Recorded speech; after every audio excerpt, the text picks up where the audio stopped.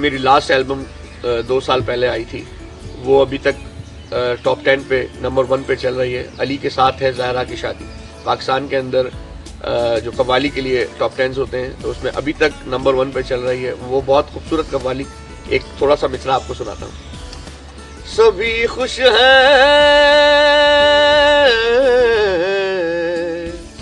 सभी खुश हैं, खुदाई भी खुदा भी, अली के साथ है ज़हरा की शादी। तो वो बहुत हिट रही, मौला अली की शादी। अभी तक मनकबतें बहुत लोगों ने पढ़ी, लेकिन शादी है मौला अली किसी ने नहीं पढ़ी। मैं पहला कव्वाल हूँ जिसने मौला अली की शादी पढ़ी। बहुत सारे अवार्ड्स अल्लाह के करम से मुझे मिले। बहुत मतलब छोटी उम्र में, लोगों ने कहा कि बहुत छोटी उम्र में बहुत सारे अवार्ड्स मिले।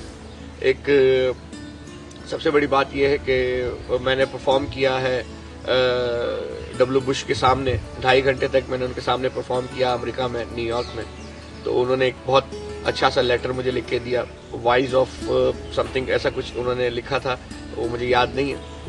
और पूरा वो सर्टिफिकेट उन्होंने बना के दिया, डब्ल्यू बुश की तरफ से मिला। पाकिस्तान में अभी 2007 का सूफी अवार्ड मुझे मिला। अभी इंशाल्लाह हिंदुस्तान में मैं एक फिल्म करके आया हूँ और उम्मीद है कि अब बहुत अच्छी रहेगी, क्योंकि मेरी जो पहली परफॉर्मेंस इंडियन फिल्म के अंदर हुई वो मेरे लिए बहुत बाइस रहमत है कि हाजी अली बाबा के दरबार से मैंने अपना फिल्म का कैरियर, हिंदुस्तान की फिल्म का कैरियर शुरू किया। और मैं समझता हूँ कि बहुत अच्छा रहेगा।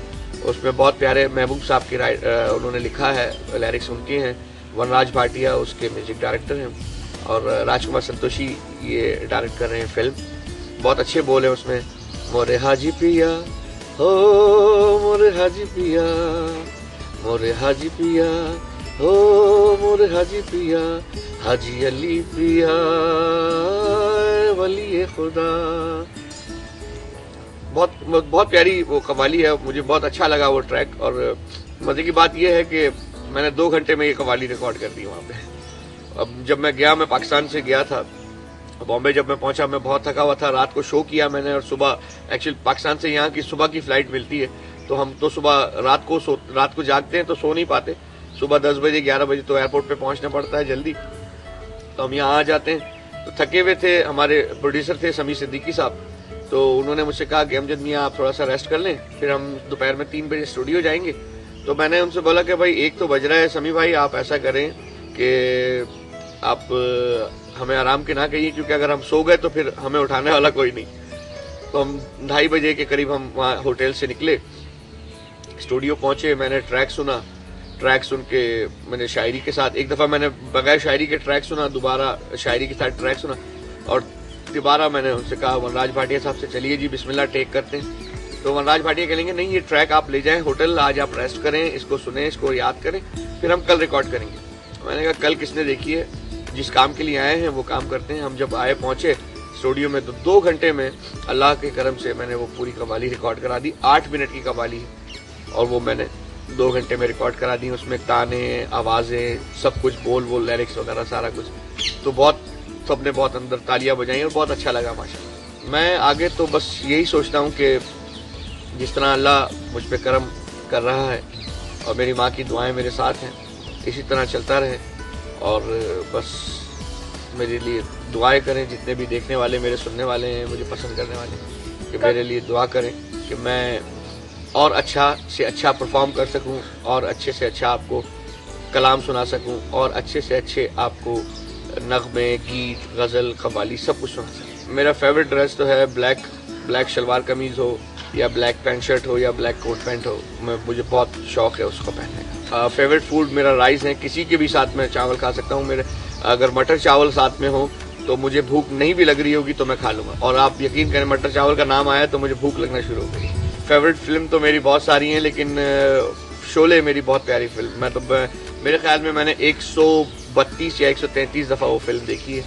और अभी भी अगर आप मुझे वो फिल्म दिखा देंगे तो मैं बिल्कुल खाना पीना छोड़ के वो फिल्म देखना शुरू कर दूँगा। एक डायलॉग मुझे याद है उसका। अगर आप मुझसे ये पूछेंगी कि गब्बर सिंह के बाप का नाम क्या था, देखिए आप पूरी फिल्म देखें, उस फिल्म के अंदर एक ही दफ़ा गब्बर सिंह के बाप का नाम आया है। और मैं आपको वो नाम बता देता हूँ, गब्बर सिंह के बाप का नाम था हरी सिंह। और वो शॉट ऐसा था कि गब्बर को जब ठाकुर पकड़ के लेके आते हैं और उनको सजा हो जाती है, जब उनको सजा होती है तो उस सजा के वक्त उनका नाम आता है Gabbar Singh Balhari Singh and this and that, and ये इनको सजा हो गई है।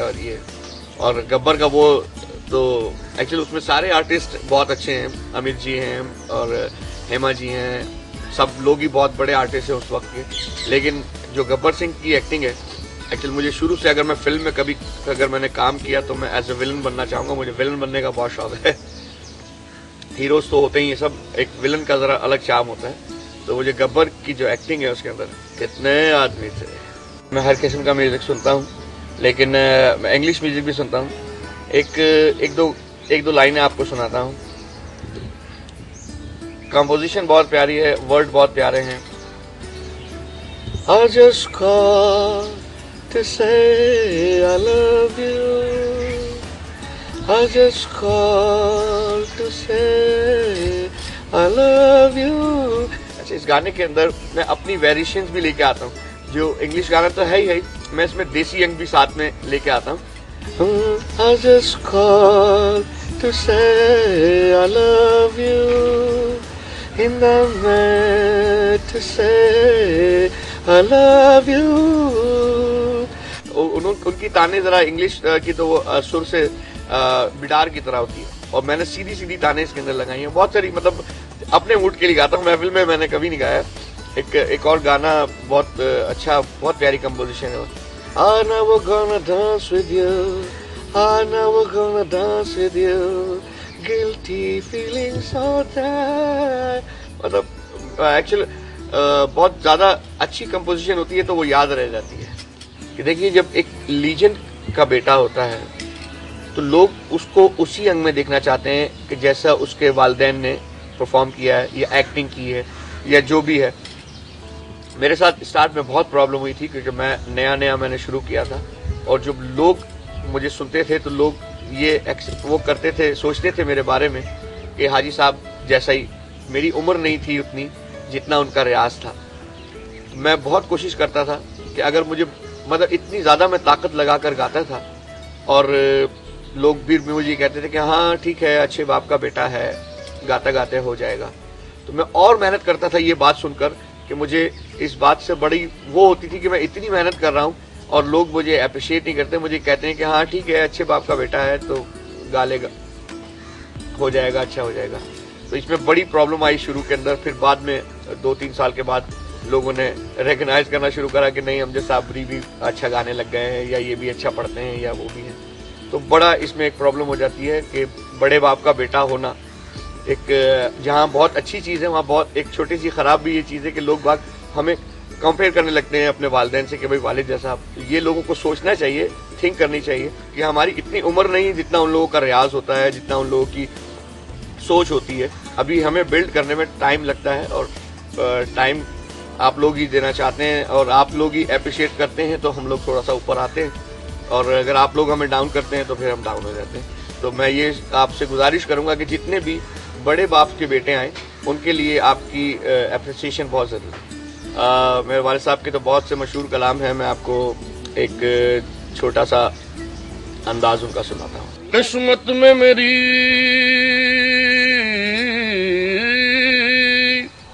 चैन से जीना लिख दे, डूबे न कभी मेरा सफीना लिख दे,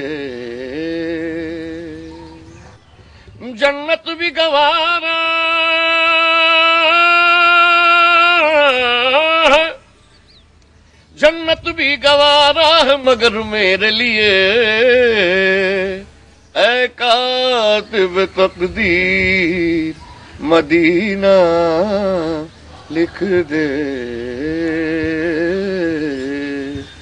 ताजदारे हरम। अल्लाह।